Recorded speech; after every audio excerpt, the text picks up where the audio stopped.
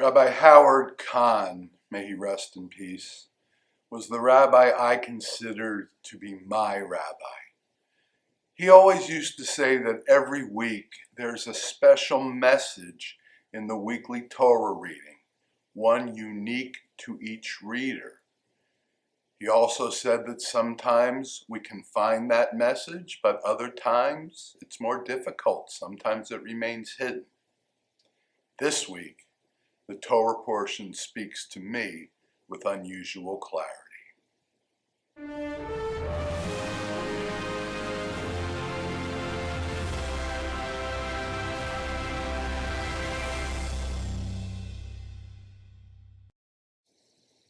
Shalom, my friends. Yes, I do draw a very personal message from the Torah reading that will be read in synagogues all over the world this week. The reading begins with the 12th chapter in Genesis, the beginning of the story of Abraham, who was briefly introduced to us in last week's reading. This week, God says to Abraham, "Go forth from your native land, from your birthplace, and from your father's house to the land that I will show you. I will make of you a great nation, and I will bless you.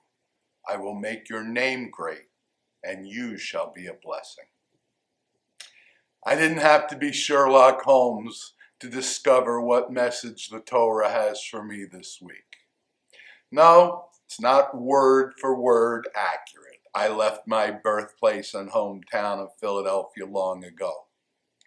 But after 18 years with a congregation in Florida and 15 years with my present congregation in Indiana, it's time to look ahead at the next chapter of my story.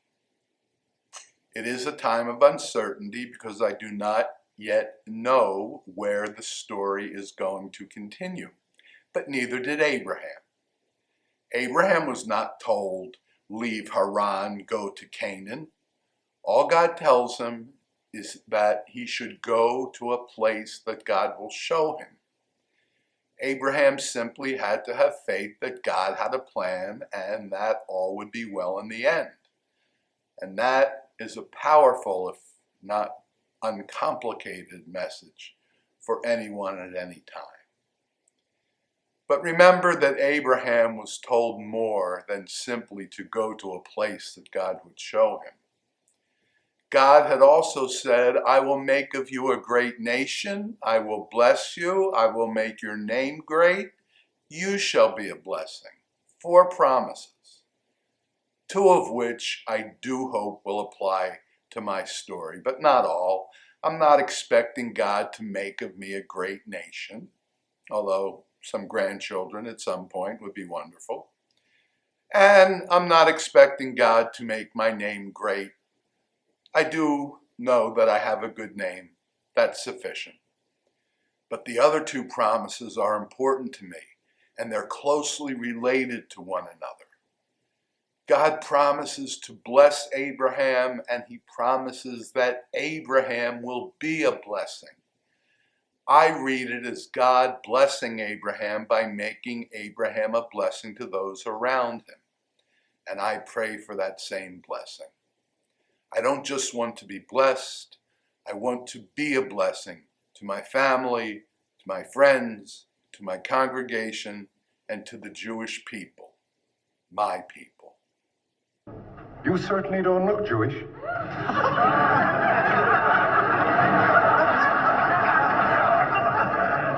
Oh, thank you very much. As time goes on, where my journey will take me next will start to become more and more clear. Eventually, not by promising a nation to my offspring, as was the case with Abraham, but in his own way and time, God will lead me to my next destination, where I will do my best to follow in Abraham's footsteps and be a blessing.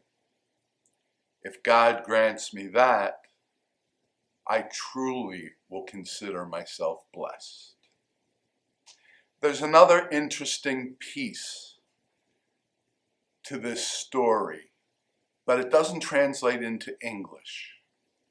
But the first two words of the reading are lech lecha. Lech means to go, it's an order. And lecha literally means to you or for you.